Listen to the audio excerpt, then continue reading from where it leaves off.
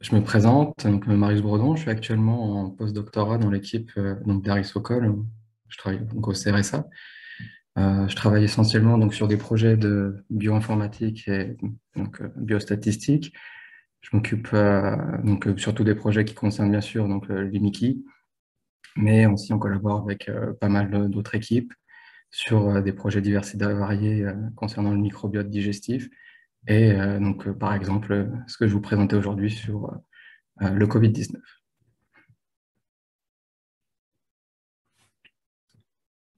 Je sais pas si je peux y aller, Harry, ou... Oui, oui, oui, tu peux y aller. Vas-y, Ah, vas-y, d'accord, vas-y. ok, ok. Vas-y, vas-y.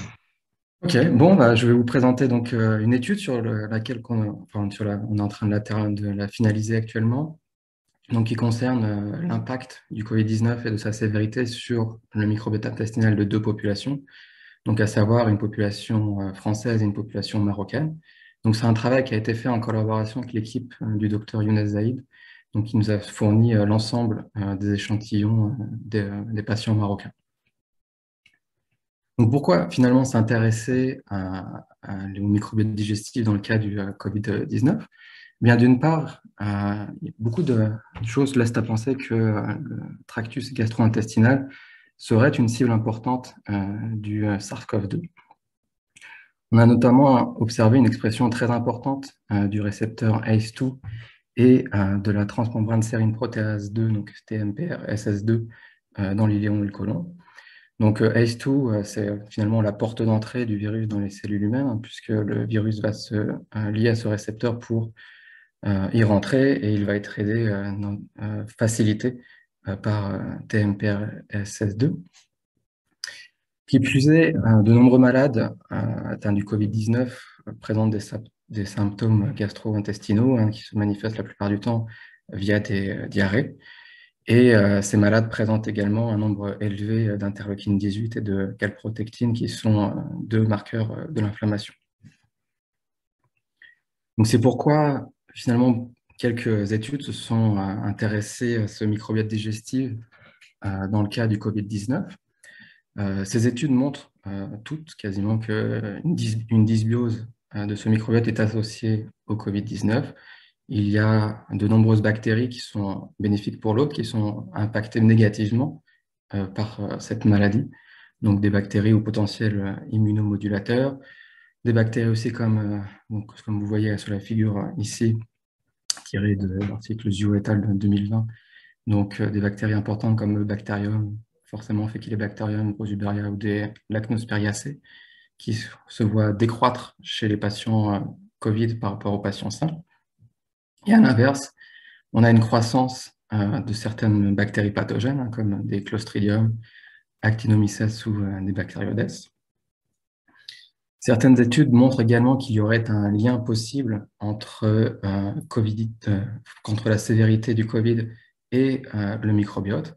Et on observe également des signatures spécifiques du microbiote chez des patients Covid, dits Covid long, puisque ces mêmes patients ont un microbiote qui reste très différent et très altéré, 6 mois, même 6 mois après la première infection.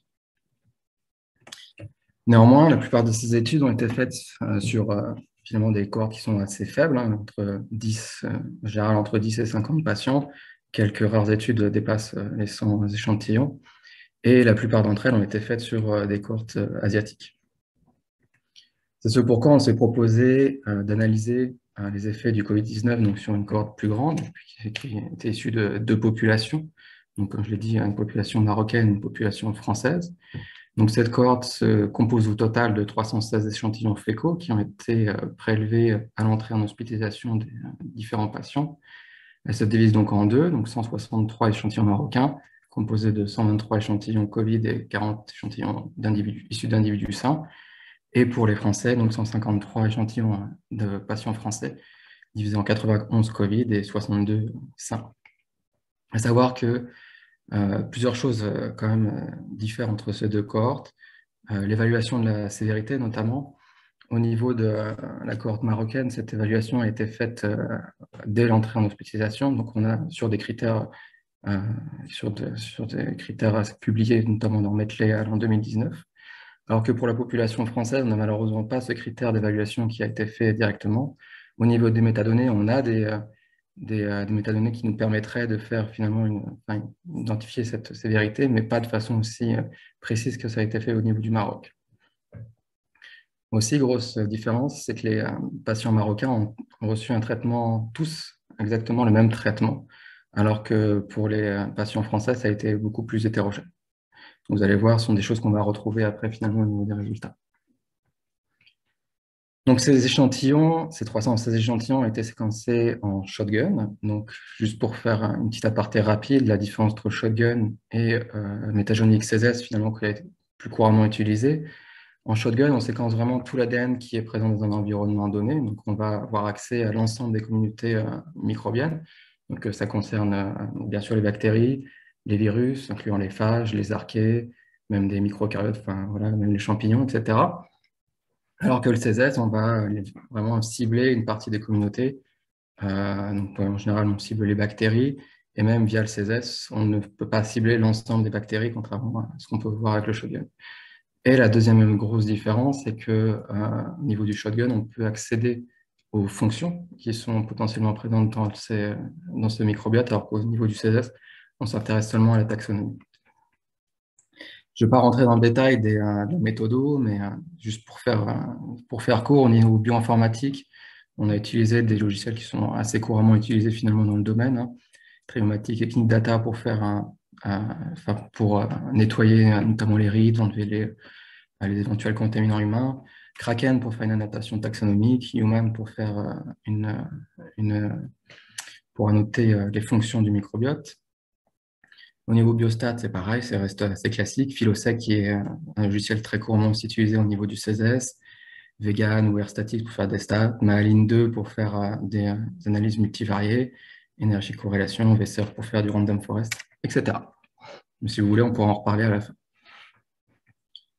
Donc j'en arrive à cette première partie où finalement on a regardé donc, naturellement de manière globale, quels étaient les potentiels impacts du Covid-19 sur la composition taxonomique des différents microbiotes. Donc, sur ces histogrammes, vous avez la composition taxonomique de nos microbiotes. Donc, les microbiotes ont été réunis en fonction de leur provenance, donc France ou Maroc, et ils ont été réunis aussi en fonction de la présence du Covid ou pas. Donc, avant de comparer Covid versus sein, je voudrais attirer votre attention sur les deux, quand même la différence quand même très importante entre les patients marocains et les patients français. Comme vous pouvez le voir au niveau du Maroc, ce sont les firmicutes qui prédominent les différents microbiotes, alors qu'en France, c'est plutôt les bactériodétèces qui vont prédominer ces microbiotes. Et bien sûr, on retrouve ces différences, que ce soit au niveau au niveau de la famille ou au niveau du genre. Au total, grâce à Kraken, on a identifié plus de 8096 espèces, donc ça inclut essentiellement des bactéries, bien sûr, mais il y en a aussi des archées, des virus, etc. Là, aujourd'hui, vous verrez essentiellement des bactéries, puisque ça compose, ils composent plus de 95% de ces microbiotes. On a des différences quand même, on peut voir d'ores et déjà des différences entre les patients atteints du Covid et les patients sains. Donc, par exemple, au niveau du Maroc, on voit que chez les patients Covid, on a une augmentation des firmicutes au détriment des bactériodétèces chez nos patients Covid, alors qu'au niveau de la France, c'est complètement l'inverse, puisque nos patients Covid ont une baisse de firmicutes en faveur des bactériodétèces comparé aux patients sains. Si on s'intéresse à l'alpha-diversité, donc la richesse et la diversité de nos microbiotes, donc là, juste une comparaison rapide des deux cohortes. Donc là, j'ai regroupé les patients Covid et les patients sains. Donc là, on compare les patients Covid France et les patients Covid du Maroc. On voit qu'il y a une différence significative, que ce soit Shannon ou d'ailleurs pardon, j'ai une erreur, c'est KO ici. Donc, on a une différence significative, mais ce qu'on aperçoit aussi, c'est que là, il y a quand même une assez grosse hétérogénéité au niveau des données, ce qui reflète finalement ce que je vous ai dit au début. On a des patients ici qui ont été traités de manière différente comparé aux patients du Maroc. Si on compare cette fois-ci au sein des cohortes les patients atteints du Covid et les patients sains, on voit qu'il y a une baisse assez nette finalement de la diversité chez nos patients Covid comparé à nos patients sains, que ce soit au niveau du Maroc qu'au niveau de la France. Donc là, on peut d'ores et déjà dire qu'il y aurait une dysbiose qui serait associée à, à la maladie ici, que ce soit au niveau du Maroc ou au niveau de la France.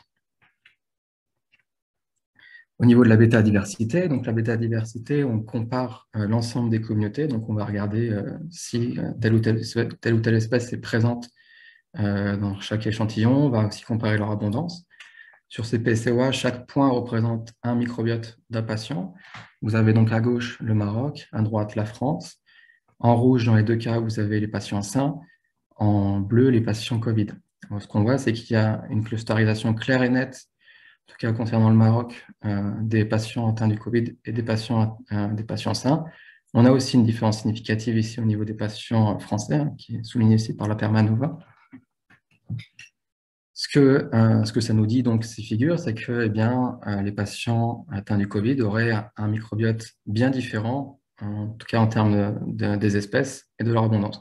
Ça reflète finalement ce qu'on a pu observer précédemment avec les histogrammes représentant les profils taxonomiques des différents patients. On a ensuite regardé quelles étaient plus précisément ces bactéries ou ces taxa qui ont été impactés par le Covid-19. Donc sur cette diapo, vous avez de représenter seulement les données du Maroc, à savoir qu'on a fait exactement la même chose, bien sûr, pour les patients français, mais je ne pouvais pas tout vous présenter aujourd'hui. Donc sur cette heatmap, vous avez donc chaque colonne représente une espèce, chaque ligne représente un échantillon, enfin un patient. La couleur est associée à l'abondance de cette espèce dans l'échantillon. Quand plus c'est bleu, plus ça veut dire que l'espèce est peu abondante. Plus c'est rouge, plus ça veut dire que l'espèce est abondante. Vous avez donc ici les patients sains, les patients Covid non sévères et les patients Covid sévères. En haut, vous avez donc des flèches donc, qui représentent les résultats de l'analyse multivariée, donc à savoir est-ce qu'il y a une différence significative entre, par exemple ici, les patients Covid versus les patients sains. Donc, quand une flèche augmente, ça veut dire que cette bactérie est significativement plus abondante chez les patients atteints du Covid comparé aux patients sains, et inversement, si la flèche, elle descend.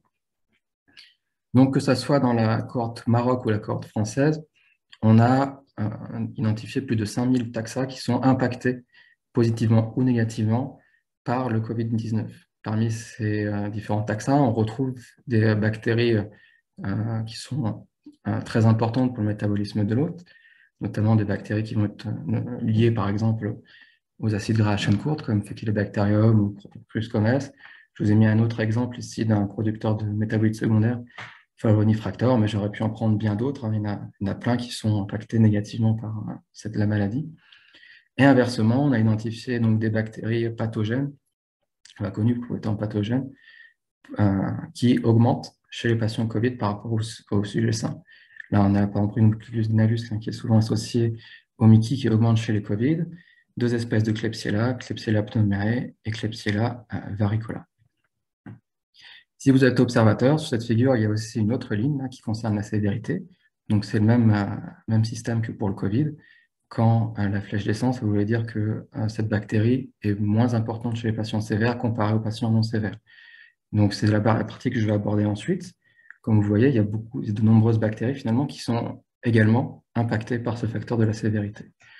Donc, dans cette partie, où on s'est intéressé plus précisément donc, à l'impact de la sévérité sur le microbiote, on a pris en compte seulement les données du Maroc, puisque, comme je vous l'ai dit au début, le diagnostic de la sévérité a été essentiellement fait sur les patients marocains. Donc, on reprend notre profil taxonomique qu'on avait au début, sauf que cette fois-ci, les patients Covid ont été séparés en deux catégories, donc patients non sévères et patients sévères. Et ce qu'on voit direct là au niveau du phylum, c'est qu'on a un impact qui semble déjà plus important chez nos patients sévères comparé aux patients sévères et aux patients sains. Effectivement, là, nos firmicutes, ils sont plus importants chez les patients sévères comparés aux deux autres. De même, si on regarde l'alpha-diversité, l'impact sur la richesse de nos microbiotes, sur la richesse de nos microbiotes, pardon, semble plus important, en tout cas est significativement plus important chez nos patients sévères, puisque ici en bleu, vous voyez que l'indice de Shannon est plus faible chez nos sévères comparé aux non sévères et comparé aux sains. Par contre, de façon assez intéressante, ici, KO, on n'a pas de différence entre non sévère et sévère. Cet indice, pour faire simple, va refléter finalement le nombre d'espèces qu'il y a présents dans nos échantillons, présence absence, alors qu'ici, on va prendre aussi en compte l'abondance. Donc, ça voudrait dire que il n'y aurait pas, enfin, il y aurait à peu près le même nombre d'espèces entre nos patients sévères et nos patients non sévères, mais ces bactéries se représentent en un nombre plus faible, en abondance plus faible chez nos patients sévères comparé aux non sévères, pardon. Si on regarde la bêta-diversité, donc ça reprend aussi cette figure, sauf que cette fois, nos patients Covid sont séparés en deux catégories. Donc toujours, ici en bleu, vous avez les patients sains, en rouge, les sévères, et en jaune, les non sévères. On s'aperçoit que donc il y a bien une clusterisation, une différence significative finalement entre ces trois catégories. Et dans la majeure partie des cas, les patients sévères auraient un microbiote plus éloigné des patients sains comparé aux non sévères. Comme on a pu le voir sur la heatmap précédemment, il y a aussi de nombreuses bactéries. Si on regarde au niveau des bactéries plus précisément, il y a de nombreuses bactéries qui sont impactées négativement par ce Covid-19. Donc, si on prend par exemple forcément F-Pro, Faecalibacterium, on voit que son abondance décroît encore plus chez les patients sévères comparé aux non sévères et aux patients sains. L'avantage de nos données, c'est qu'au-delà de pouvoir explorer la taxonomie, on a aussi pu aborder les fonctions présentes dans ces microbiotes. On a commencé par regarder au niveau des voies métaboliques, donc au niveau des pathways. Donc dans cette partie, on va non plus parler des espèces taxonomiques, mais plutôt des fonctions qu'elles peuvent potentiellement exprimer. Donc sur ces PCOA, toujours, cette fois-ci, les points ne représentent plus les espèces microbiennes présentes dans les échantillons, mais bien les pathways qui ont été identifiés et leur abondance. Donc chaque point, c'est les pathways identifiés dans un microbiote. Donc là, vous avez à gauche à la fois les microbiotes français et marocains de représenter, donc aussi distinguer entre Covid et sain. Il y a une différence significative ici, même si elle n'est pas très visible. Cette différence est surtout portée par le fait que nous avons des pathways qui vont être différentes, curieusement, entre nos patients marocains et nos patients français. Si on compare ensuite Covid France versus Sain France et Covid Maroc versus Sain Maroc, on s'aperçoit qu'au niveau de la France, il n'y a pas de différence significative. Il y aura un impact qui serait beaucoup moins visible du Covid sur les pathways. Par contre, au niveau du Maroc, on a un impact très significatif, on aurait un impact très significatif du Covid sur les pathways présents dans les microbiotes. Comme on peut le voir ici, on a donc nos patients sévères en rouge et nos patients non sévères en jaune. Ils sont bien différents des patients sains ici en bleu. Et ils sont d'autant plus différents que l'est la sévérité. C'est-à-dire qu'ici, là, c'est encore beaucoup plus flagrant que concernant les espèces taxonomiques. Les patients sévères ont des pathways qui sont visiblement plus altérés que les patients non sévères comparés aux patients sains.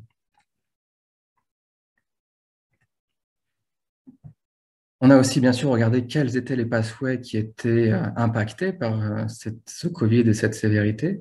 Donc on retrouve le même type de figure que je vous ai présenté précédemment, c'est-à-dire que chaque colonne va représenter une pathway, chaque ligne va représenter un microbiote, enfin un patient. Les couleurs sont pareilles, c'est associé à l'abondance de ces pathways, donc quand c'est bleu, c'est moins abondant, quand c'est rouge, c'est plus abondant. Et en haut, vous avez les résultats des analyses multivariées. Donc, quand ça augmente ici au niveau du Covid, ça veut dire que cette pathway est plus abondante chez les patients Covid comparé aux patients sains. Et pour la sévérité, ça veut dire que cette pathway est plus abondante chez les patients sévères comparé aux patients non sévères. Donc, en tout, nous avons identifié 350 pathways qui sont significativement impactés qui seraient significativement impactés en tout cas par le Covid-19. 239 parmi elles qui sont également impactées par la sévérité. Parmi ces pathways, la majeure partie sont associées à la biosynthèse d'acides aminés, de nucléosides ou encore de métabolites secondaires. Mais il y en a une qui a attiré notre attention, bien sûr, c'est celle du tryptophane, puisque la voie de synthèse du tryptophane fait partie des voies les plus impactées par le Covid.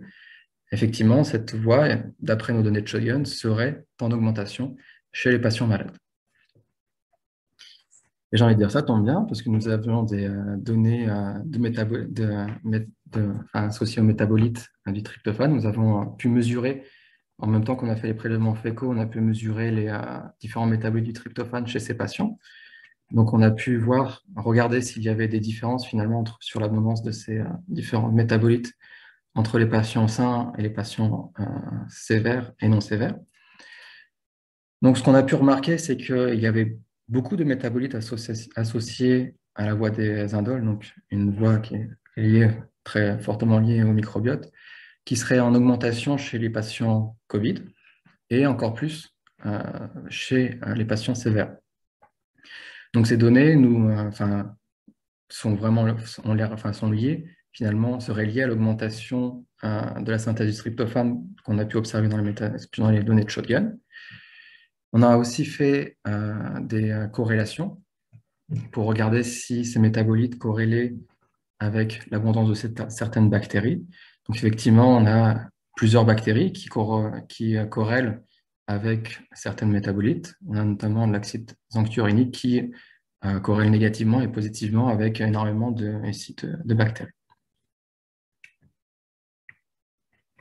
J'en arrive à donc la dernière partie de cette présentation, où on a cherché à prédire la sévérité du COVID grâce au machine learning. En d'autres termes, on a identifié des marqueurs microbiens pouvant prédire cette sévérité chez nos malades. Donc pour cette partie, donc pour la construction du modèle, on a utilisé que les échantillons du Maroc, puisque encore une fois, c'est sur ces échantillons qu'on avait un diagnostic clair de la sévérité. Cette méthode a été adaptée, on s'est inspiré de la méthode décrite dans l'article de Julien et al. En 2022 dans le Journal of Crohn and Colitis, en collaboration avec Anna Bonnet et Sylvain Lecorf. Donc, cette méthode se décompose en plusieurs étapes. La première a été de sélectionner les variables à intégrer dans notre modèle. Donc, pour ces variables, on a utilisé, donc en input, on a mis les matrices d'abondance au niveau du genre et non pas au niveau de l'espèce, afin de diminuer le nombre de variables à rentrer dans le modèle, sinon ce serait beaucoup trop complexe. Donc la première étape ici a été de faire un classement de l'importance de ces variables. Donc pour ce faire, on a utilisé VSurf qui va, grâce au random forest, va classer par ordre d'importance les différents genres bactériens, donc les différentes variables qu'on avait. On a fait donc tourner VSurf 200 fois. Et donc, ce qu'on a ici, finalement, c'est le résumé de tout ce processus. Vous avez à gauche le nombre de variables, en bas le nombre de fois que chacune des variables a été sélectionnée par VSurf pour prédire la sévérité dans nos échantillons. Donc, pour l'étape suivante, afin de diminuer encore plus le nombre de variables et donc de simplifier finalement après les modèles, nous avons sélectionné les variables qui ont été sélectionnées au moins 50% du temps par VSurf, c'est-à-dire sélectionnées au moins 100 fois sur 200. Donc, ces variables qui ont été sélectionnées pendant plus de 100 fois ont été utilisées pour l'étape 2. Donc, l'étape 2 consistait à déterminer le nombre idéal de variables à intégrer dans le modèle pour prédire la sévérité de la maladie. Donc, pour ce faire, on a créé plusieurs modèles, à chaque fois avec un nombre différent de variables. Donc, bien sûr, on a commencé à 1, 2, 3, et puis, comme vous pouvez le voir sur cette figure, on a fait après des modèles de plus de 300 variables. Pour chacun de ces modèles, on a évalué ce modèle grâce à un critère qu'on appelle l'AUC, la Area Under the Curve. Pour faire simple, plus un critère est proche de 1, plus ça veut dire que notre modèle est bon et proche de la réalité. Donc, ce qu'on voit sur cette figure, en bas, vous avez le nombre de variables et aussi vous avez l'AUC, c'est qu'on a pour la plupart des modèles, nous sommes au-delà de 0,9, ce qui veut dire que quasiment tous ces modèles sont bons. Mais il y a un modèle qui sort du lot tout de même, c'est celui-là qui avait 6 variables. Donc finalement, le nombre optimal de variables utilisées pour prédire la sévérité serait de 6. Donc on sait qu'il faut utiliser 6 variables. Donc on a sélectionné nos 6 bactéries, 6 genres bactériens les plus importantes pour créer ce modèle. Ici, vous avez les genres bactériens les plus importants donc, qui ont été classés par VSERF. Donc on a sélectionné. La plupart, je ne les connaissais pas jusqu'à découvrir grâce à jusqu'au Random Forest. Par exemple, vous avez Trioctis, Photorhabdus, etc. Il faut quand même noter qu'on a un Klebsiella qui est quand même un genre bactérien plutôt répandu euh, dans le monde vivant. Donc, c'est bien. Donc, maintenant, on a aussi genres bactériens. L'étape finale, finalement, c'est de construire le modèle et de vérifier si ce modèle est bon ou pas. Donc, pour ce faire, on a séparé la population marocaine en deux. Donc, on a tiré aléatoirement 80% de cette population. On a appliqué le modèle, on a construit le modèle à partir de cette population, à partir de ces genres bactériens, et on a appliqué ce modèle sur les 20% restants. Donc, le modèle a ainsi prédit la sévérité des patients présents dans les 20% restants. On a donc regardé enfin si la prédiction était en accord avec la réalité. Donc, on a regardé, par exemple, si ce patient prédit sévère était vraiment sévère d'après nos données.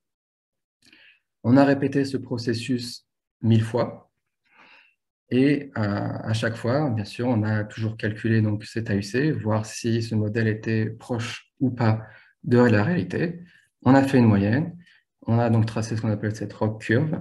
Et ce que nous dit cette ROC curve, c'est qu'en moyenne, notre modèle est capable de prédire la sévérité des patients, chez ces patients marocains avec un intervalle de confiance de 96%. Donc, c'est vraiment excellent.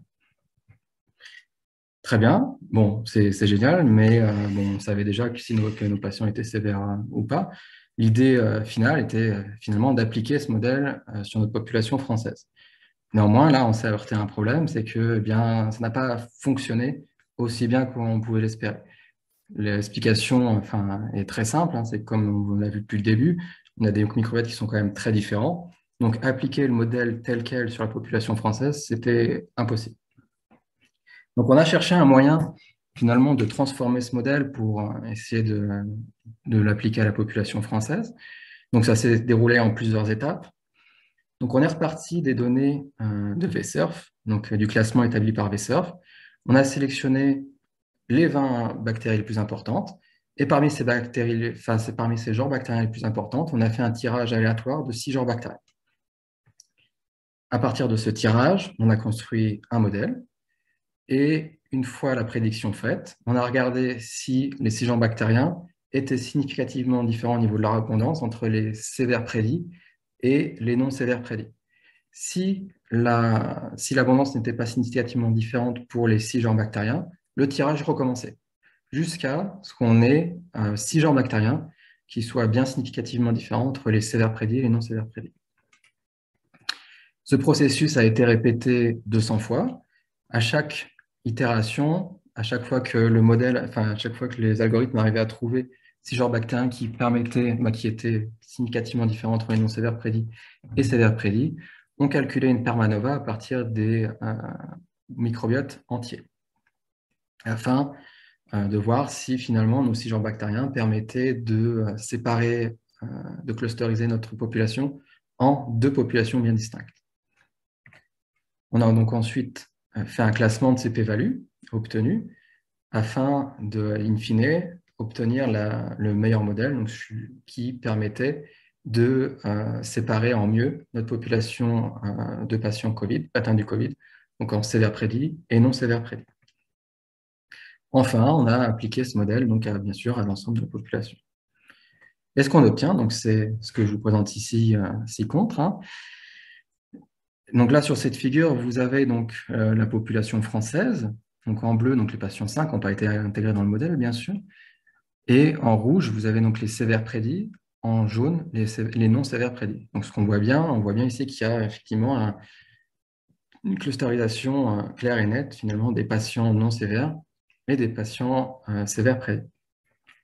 Les 6 genres bactériens qui ont été utilisés pour créer ce modèle sont ici. Ils sont différents de ceux du Maroc, sauf on retrouve effectivement ici notre Clio Vera qui étaient aussi présents au sein du Maroc. On a bien sûr regardé ensuite si il y avait des métadonnées qui permettaient justement, qui permettaient aussi de séparer ces sévères prédits et ces non sévères prédits. Malheureusement, très peu étaient différents entre ces deux populations. Tout de même, visiblement, les sévères prédits auraient une température plus élevée que nos non sévères prédits. Néanmoins, on ne peut malheureusement à l'heure actuelle pas aller plus loin, enfin, en tout cas avec nos données, on ne peut pas aller plus loin dans la vérification de notre modèle sur cette population française. Et la conclusion finalement qu'on peut apporter à ce machine learning, c'est qu'il ne semble pas facile d'établir un modèle universel pour faire des prédictions, en tout cas sur toutes les populations mondiales, puisqu'on a des microbiotes qui sont très différents de notre population à nôtre. Donc, même en créant un modèle qui a une AUC de 96% pour une population donnée, elle ne sera pas efficace pour une autre population. J'en arrive donc à la conclusion. Finalement, qu'est-ce qu'on montre ici dans notre étude? Eh bien, on montre également avec nos deux cohortes le Covid-19 aurait un impact important sur l'ensemble des communautés microbiennes. Ça concerne aussi donc quasiment la grande majeure partie des bactéries présentes dans chacun des microbiotes. On va avoir des bactéries bénéfiques pour l'hôte qui vont décroître chez nos patients Covid comparés aux patients sains. Et à l'inverse, on a des bactéries pathogènes qui vont croître chez ces patients Covid comparés aux patients sains. On a un impact qui serait d'autant plus important que la sévérité, en tout cas dans la cohorte marocaine, puisqu'on a des microbiotes qui sont encore une dysbiose qui est plus importante chez nos patients sévères comparés à nos patients non sévères. Ces effets ne se limitent pas qu'aux espèces, puisqu'on a observé des différences aussi entre les pathways de nos patients marocains atteints du Covid comparés à nos patients sains. Et c'est pareil, ces fonctions sont d'autant plus impactées que l'est l'importance de la sévérité. On a aussi montré que la sévérité de la maladie peut être prédite grâce au microbiote, mais il semble compliqué d'établir un modèle universel, ou alors il faudrait intégrer d'autres variables autres que les espèces microbiennes, peut-être des variables liées aux patients, faire un modèle finalement qui n'attaque pas que l'abondance des espèces. Je voudrais remercier de votre attention et puis je tiens à remercier aussi toutes les personnes qui ont travaillé sur ce projet, donc bien sûr en particulier Harry avec qui on a construit ces analyses, toute l'équipe du Maroc qui a créé aussi toutes ces données et d'autres collaborateurs qui ont travaillé sur le projet au niveau métabolomique, etc. Voilà.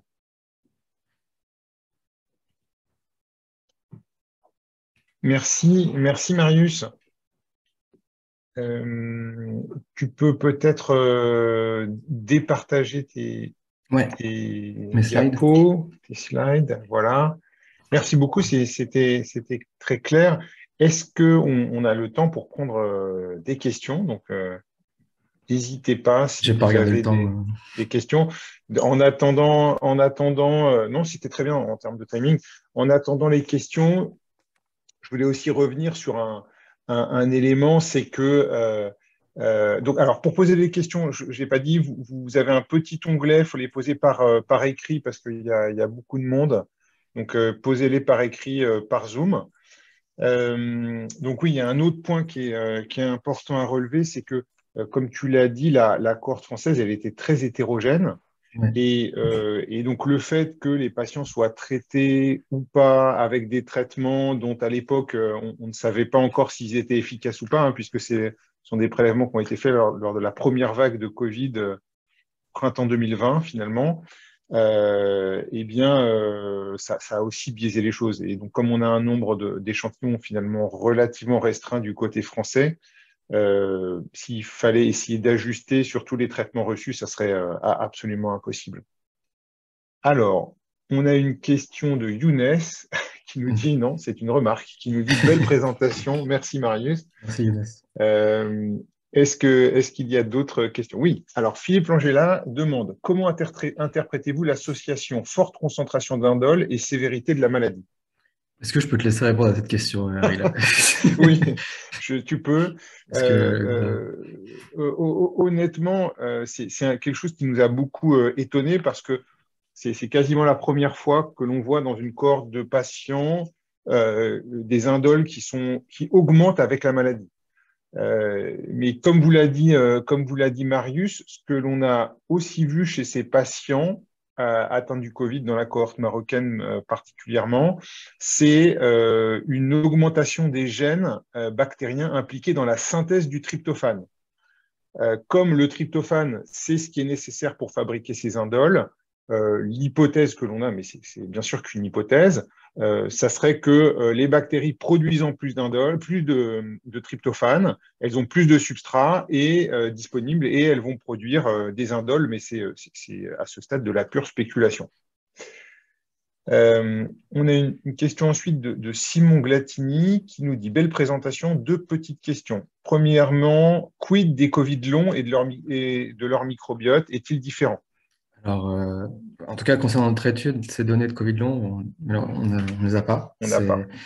On aurait bien voulu, mais malheureusement, non. Donc là, je pourrais pas trop répondre à cette question. Après, enfin, si on prend en compte les études, oui, enfin, il y a très peu d'études qui sont intéressées au Covid long, mais le peu qu'il y en a, il montre bien qu'il y a ces patients en Covid long encore, enfin vraiment une dysbiose de leur microbiote, même 6 mois après la déclaration de la maladie.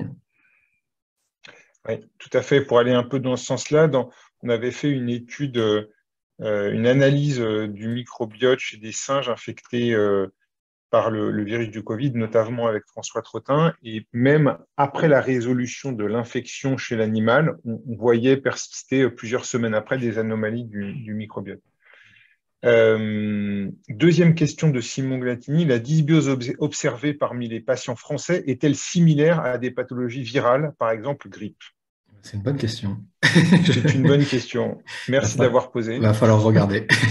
Voilà, regardez, effectivement. Encore une fois, l'une des grandes difficultés avec la cohorte française, c'est que on a des traitements qui vont dans tous les sens. C'est-à-dire que on n'a pas forcément, on a certains échantillons qui sont pris au début de la prise en charge, mais on a aussi beaucoup d'échantillons, et c'est la majorité, qui sont pris alors que les patients ont déjà commencé des traitements. Et donc, il y a des traitements antibiotiques, des traitements corticoïdes, de l'hydroxychloroquine, des traitements biologiques. Et donc, et tous les traitements sont différents des uns des autres, donc ça rend l'analyse vraiment complexe. Contrairement à l'étude marocaine, dans laquelle nos collègues du Maroc, notamment Younes Zaïd, ont pu prélever des échantillons avant l'initiation des traitements et chez tous les patients, et ensuite tous les patients ont été traités de la même manière. Donc, c'est aussi pour ça que l'analyse, d'un point de vue prédiction, homogénéité, etc., elle est infiniment meilleure sur la cohorte marocaine. Et puis même en intégrant tout ce qui est variable, enfin, au niveau du traitement chez les patients français, on n'arrive pas à faire ressortir des choses significatives derrière, quoi. C'est vraiment trop d'hétérogénéité, malheureusement. Je vais juste te reposer une question. Au niveau, si on s'intéresse uniquement à la taxonomie, est-ce que tu as vu, Marius, des choses qui étaient similaires entre les cohortes marocaines et françaises? Oui, on a bien sûr, enfin, même quand on prend les analyses multivariées, on a de nombreux taxas qui augmentent ou baissent finalement dans les deux cohortes, hein. Même si au niveau global, on a deux microbiotes complètement différents, on a quand même énormément de similarités quand on analyse à un niveau beaucoup plus précis, quoi. Voilà, donc ça, c'est quand même quelque chose d'intéressant, le fait que malgré tout, on arrive à retrouver certaines altérations qui sont communes aux deux cohortes. De toute façon, Euh, je pense que l'exemple le plus parlant, ça reste Faecalibacterium, hein, que ce soit cohorte française, cohorte marocaine, ou même après dans les articles, hein, dans les cohortes asiatiques, il est systématiquement enfin, en baisse chez les patients Covid comparé aux patients sains, quoi. Tout à fait.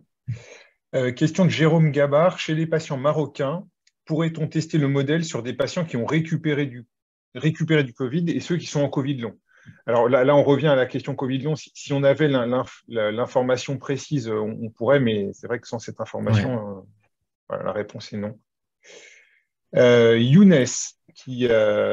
Aïd, qui est donc un des une des personnes clés de ce travail, puisque c'est lui qui nous a fourni ces échantillons du Maroc, nous dit: « Je suis impressionné par la différence observée entre les deux populations. Les patients marocains ont été prélevés tout au début de la pandémie. Est-ce que les patients français ont été prélevés durant la période vaccinale?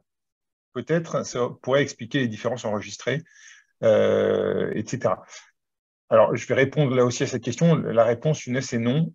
Ça reste une cohorte de patients qui ont été prélevés très, très tôt dans la pandémie. Et Sans donc, même les patients sains, on voit bien un distinguo clair et net entre les patients sains marocains et tout à patients fait. Oui, tu sains as raison, français. entre les saints marocains et les saints français. Ouais. Puis en plus, notre cohorte de patients sains est aussi pareil, assez vieille, quoi, finalement. Enfin, vieille. Absolument. Ouais. Alors, Gérard Lambeau, qui a aussi participé à cette étude indirectement, on va dire, nous dit bravo pour ce travail, merci Marius, et il nous demande si on a essayé de corréler avec les paramètres du sérum ou du plasma, puisque effectivement sur ces échantillons, Gérard Lambeau et également d'autres collègues avaient pu faire des analyses dans le plasma. Voilà. Oui, on l'a fait, mais il y avait trop peu de patients malheureusement enfin, sur ces analyses de corrélation, et donc il n'y a rien qui est ressorti. Mais même à des p-values assez élevés, on n'avait aucune corrélation. Je pense que c'est vraiment lié au nombre, à un n trop petit, hein. Oui. Oui, parce qu'en fait, ce dont on s'est rendu compte, c'est que les patients pour lesquels on avait ces dosages de plasma ou même certaines cytokines, en fait, ça correspondait qu'à un sous-groupe, un petit sous-groupe de patients pour lequel on avait le microbiote, et donc voilà, c'était trop limité. Alors, encore des questions. Louisa Dissordi nous dit: « Merci Marius. Avez-vous des données sur les atteintes intestinales, diarrhée, etc. pour interpréter les données et bien sûr des différences en virus à ADN, évidemment. » Alors oui, on a certaines de ces données. Après, on a regardé, enfin, en tout cas, au niveau France, il y a rien qui est ressorti, malheureusement.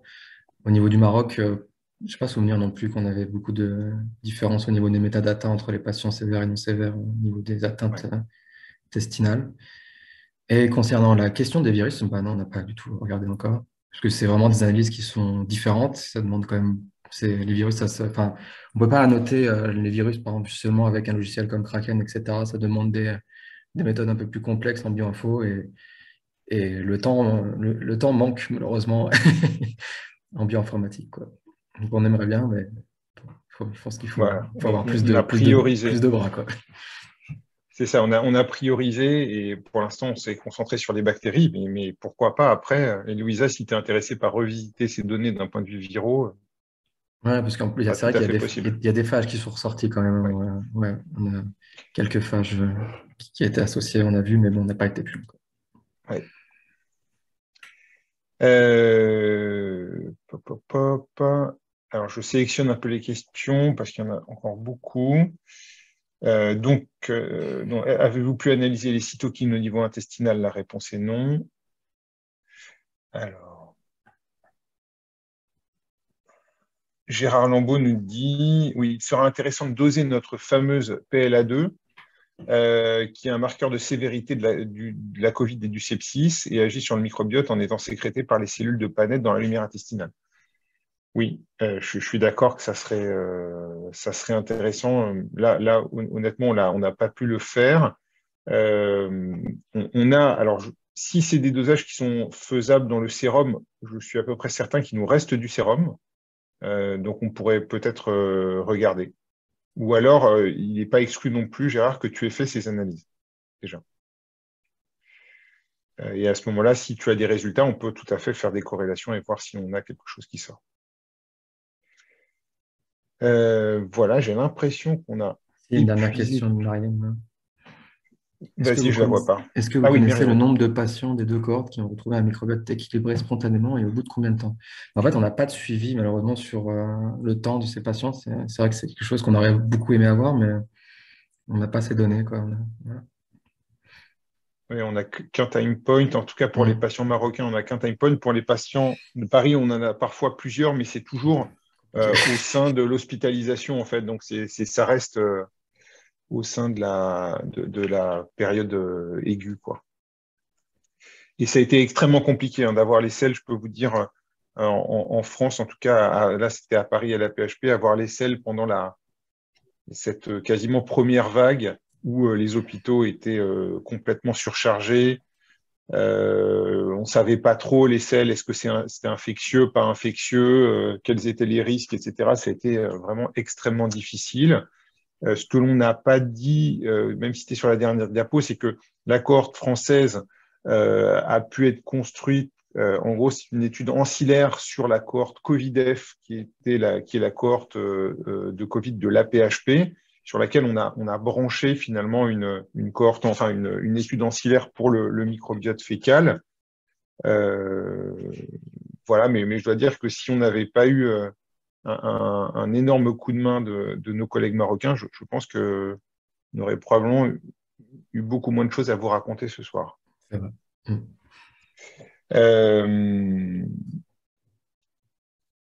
Ok, ouais. Gérard Lambeau nous dit que on rediscutera, Gérard, peut-être par mail, mais effectivement, on a du sérum qui reste, donc on peut t'en renvoyer pour faire les dosages dans le sérum.